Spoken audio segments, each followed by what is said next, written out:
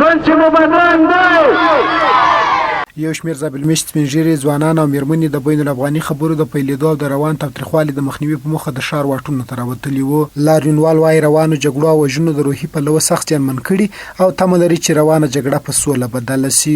دوی غوښتنه کوي چې ښکېل اړخونه د بندیان خوشي کړي او تر اوربند اعلانېدو وروسته د ژر تر ژره بین الافغاني خبرې پیل کړي.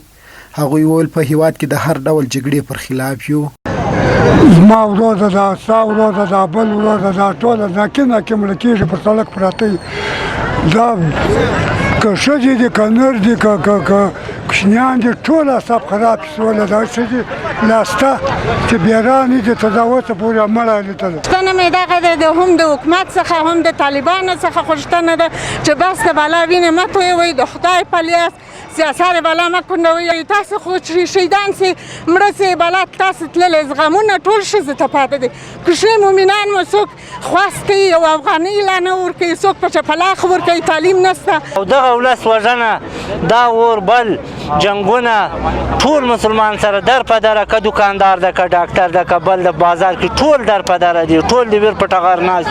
رب العالمین مملدی اور خلاص. په دې ولایت کې د ولسي حرکت مشر وایي دا باید د سولې غوښتنې په پار وروستی لاریون وي او نور به د جګړې د ښکېل اړخونو څخه د سولې کولو پر ځای د هغوی پر وړاندې ودرېږي. نوموړی وایي چې د سولې د راوستلو لپاره باید د ولسونو ذهنیت جوړونه لومړیتوب وي. که څنګه چې اوس ولس په دې باندې اګاه شوی ده چې دولت او طالبان په واقعیت باندې خبرو ته نه سر راځي، موږ به د دې وروسته داسې لاریون کوو چې نه به د دولت طرفداري کوو نه به د طالب طرفداري کوو. موږ نه د دولت ملاتړ کوو نه د طالب د دې وروسته چې دا د خبرو دپاره دوی امادګي ونه ښیي. نور ولس ډېر ستړی شوی ده، دولت په دې کې چورت نه وایي، طالب په دې کې چورت نه وایي چې دا درد څوک ویني.